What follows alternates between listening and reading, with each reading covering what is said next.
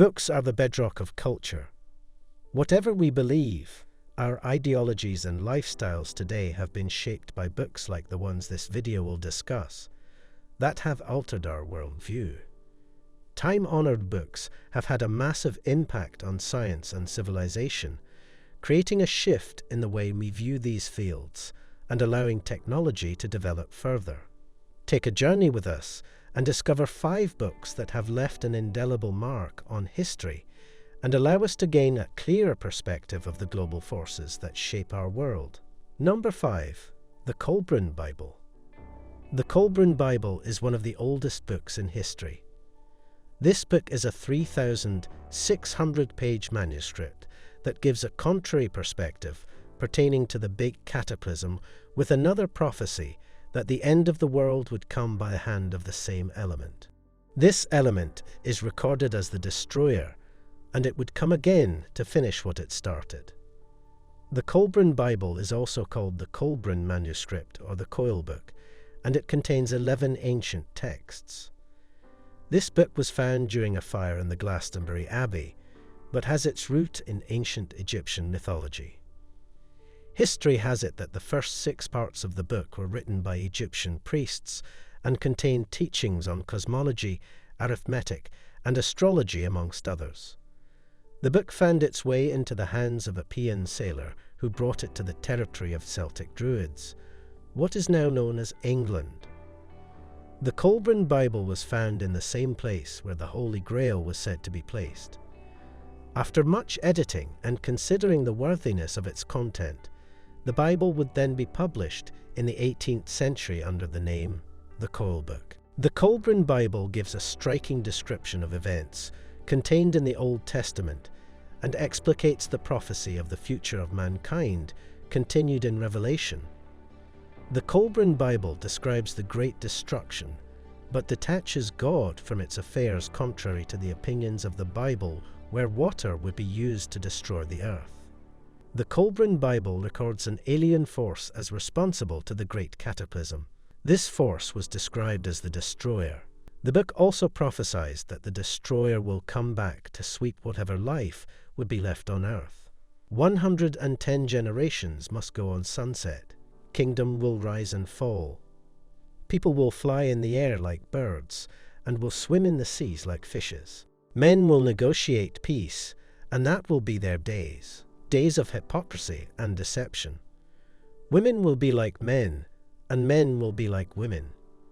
People of the Magi will rise and fall, and their languages will be forgotten. The country of the lawmakers will rule the earth. They will conquer 4/4 of the earth.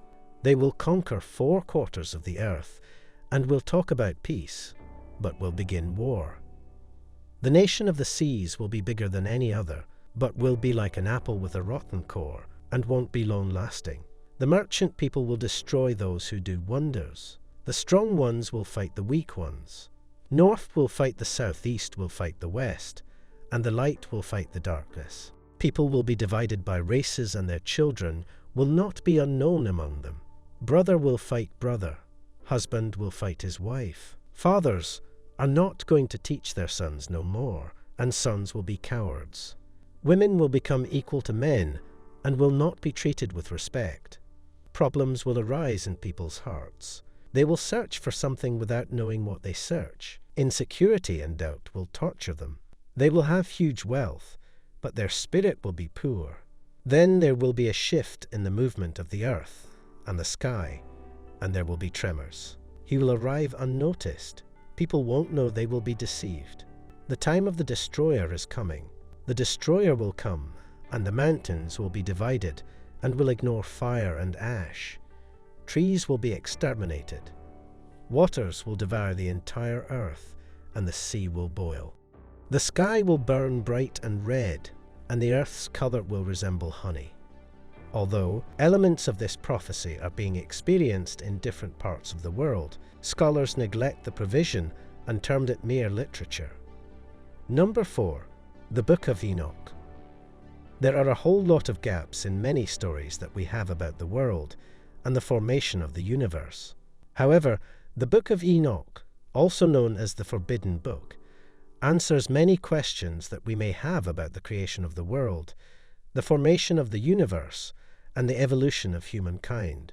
While this body of work may be considered a taboo, it still holds a considerable level of clues that pertain to the evolution of the human race. These books, as do other ancient books, negate certain scientific theories or postulations, one of which is the theory of evolution, as propounded by Charles Darwin.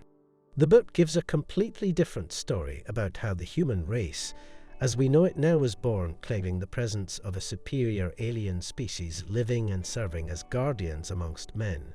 The Book of Enoch is a part of the scrolls from the Dead Sea, but because it contradicts most of the provisions contained in other books, it's regarded as apocryphal or even doubtful.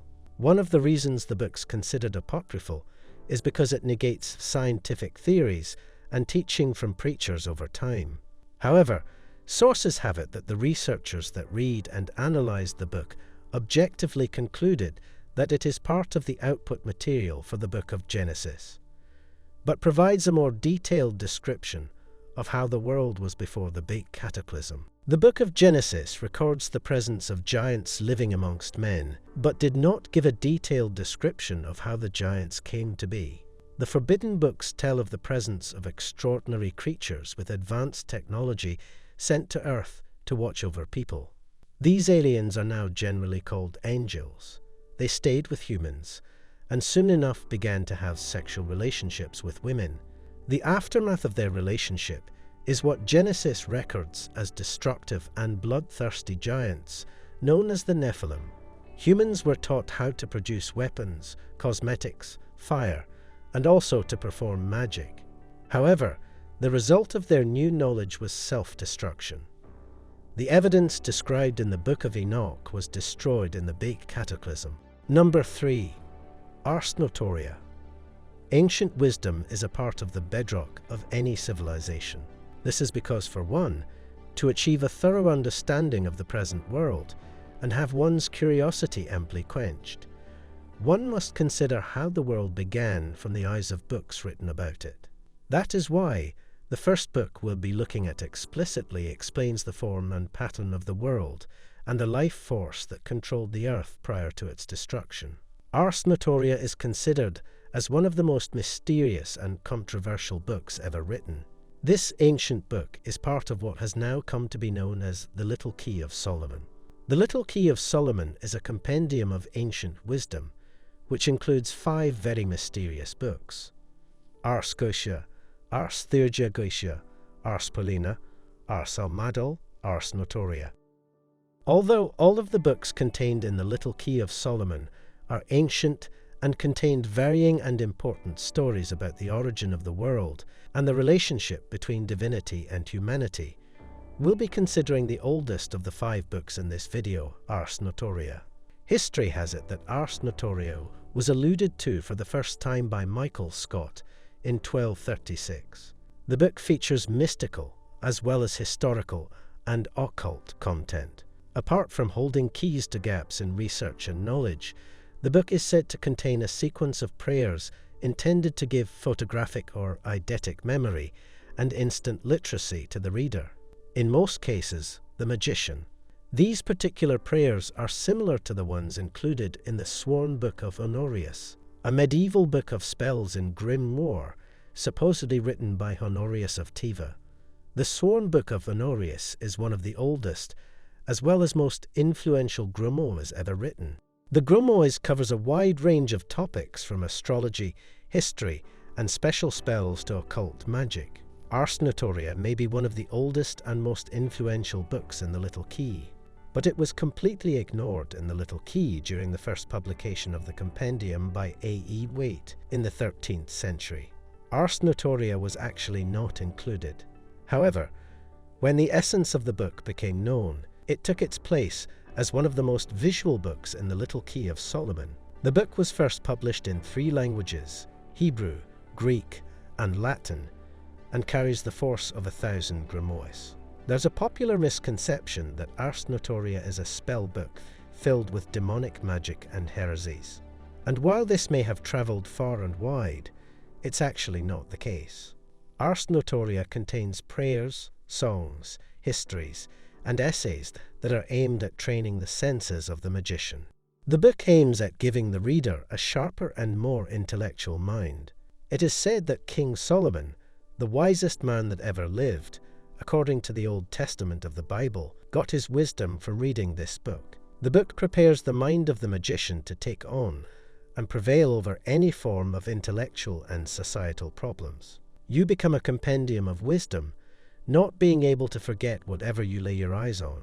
While the book may sound desirable, there are some that have read the book and have fallen short of the supposed gifts contained therein. One of those victims, Joan of Morini, a monk who read the book and was plagued with demonic visions and haunted by visions of the past. To forestall this doom from befalling another curious reader, the monk wrote a book in the 14th century known as Liber Visionum, where he admonished people to stay clear from Ars Notoria. Number 2. The Book of Thoth. Egypt is considered the root of modern civilization from archaeological findings and historical descriptions. There's a general consensus that the city was advanced in technology and learning. The Book of Thoth stems from one of the most popular divinities in Egyptian mythology, that being Thoth. Thoth is regarded as the Egyptian god of wisdom, crafts, hieroglyphs, and science. His sacred animal, as all the Egyptian gods and goddesses have one, is the ibis or baboon. Hence, his image is drawn with an ibis or baboon as his head. Apart from limitless wisdom, Thoth is also god of writing, and is said to have given the Egyptians their hieroglyphs, an ancient writing system originating from Egypt. The Book of Thoth is presumed to have been written by Thoth himself, and the book is said to encompass patterns to ensure eternal power. There are different records as to the medium, though, which the book has handed down to humans. The first record holds that the book was written on papyrus, created by the hand of Thoth himself. Another record holds that the book was written on 78 golden plates. The second record also tells that the authors of the book are the legendary Atlanti, a civilization underwater. However, the book is said to contain a lot of esoteric practices and rituals that kept and flourished the civilization of both Egyptians and Atlantis. The Book of Thoth does not only grant the reader eternal power, it's said to contain an avalanche of spells. One of the popular spells in the book is supposed to give the reader the ability to understand the language of animals. Another popular spell in the book is said to give the reader the ability to see the gods themselves. The Book of Thoth is not just a grimoire with a plethora of spells that give magical power, but it also contains knowledge that form the root of modern-day fields like medicine, chemistry, the arts, philosophy, and magic. Legend has it that if a man succeeds in deciphering the secrets of the book, he will rule the entire world. Sadly, though, the book has been lost to history, and scientists even doubt that it ever existed in the first place. However, Egyptians believe that the book has been taken to the world above the human world, Astra, where only those who have mastered the use of his consciousness can actually locate it. Number 1. The Book of Giants. Giants are mythological creatures that have been featured in a lot of stories that date back from the beginning of time.